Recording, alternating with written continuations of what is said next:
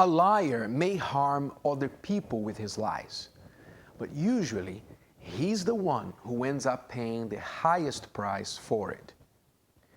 That's because a person who lies loses the trust of other people. So he ends up alone, like an outcast, with no credibility, no friends, and sometimes even his family no longer wants anything to do with him.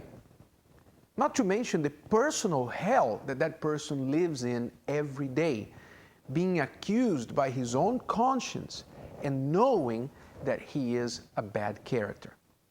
Yes, the end of every liar is really tragic. But some liars want help. They do not want to be the way they are. So what to do? If you are a chronic or a compulsive liar, or you just tell a few fibs here and there that end up hurting you, how can you stop being that way?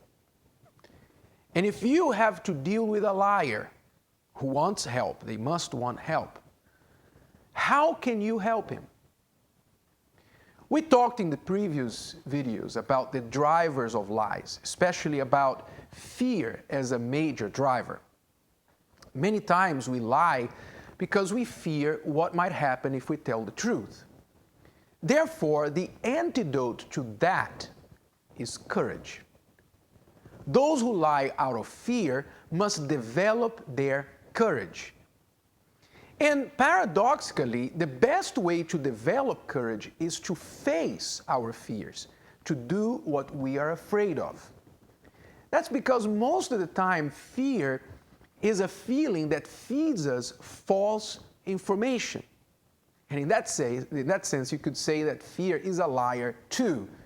Because fear often leads us to be scared of something that is not real, or that is not so bad as it wants us to think. For example, a child lies to his father because he fears that his father will punish him or get upset with him if he knows the truth.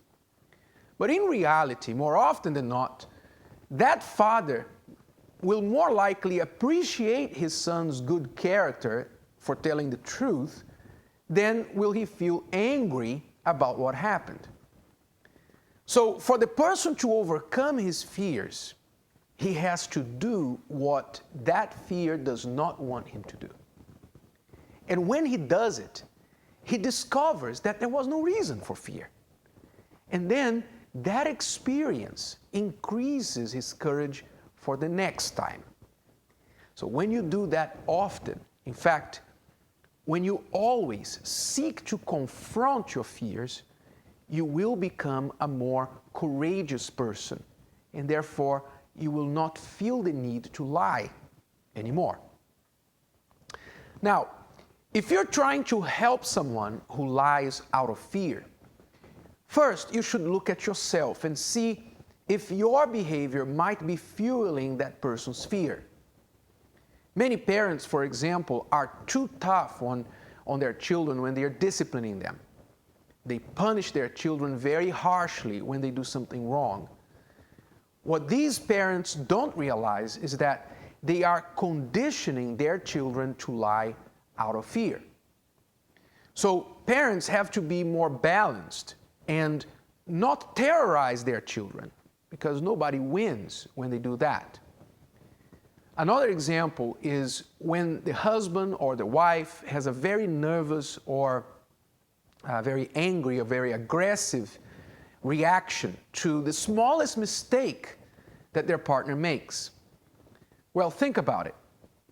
If the husband gets home 20 minutes late and his jealous wife starts to interrogate him and accuse him of doing something wrong, she is unwittingly inviting her husband to lie to avoid World War III. And it's also true the other way around. If the husband does that to his wife, she too will be tempted to do the same thing. Listen, I'm not saying that that behavior is correct or acceptable, the person to lie out of fear. All I'm saying is that that's human nature. If you terrorize someone, it is likely that that person will lie to you.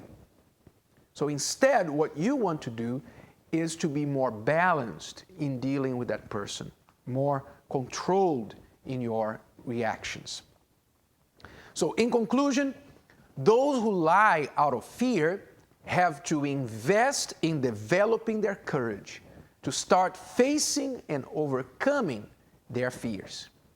And those who deal with that kind of person have to be more controlled, more balanced in their reactions. In the next video, we'll close the subject by giving you the ultimate solution to the problem of lying. That's right.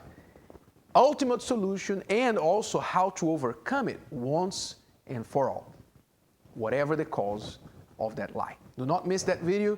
Until then, thank you for watching, and God bless you.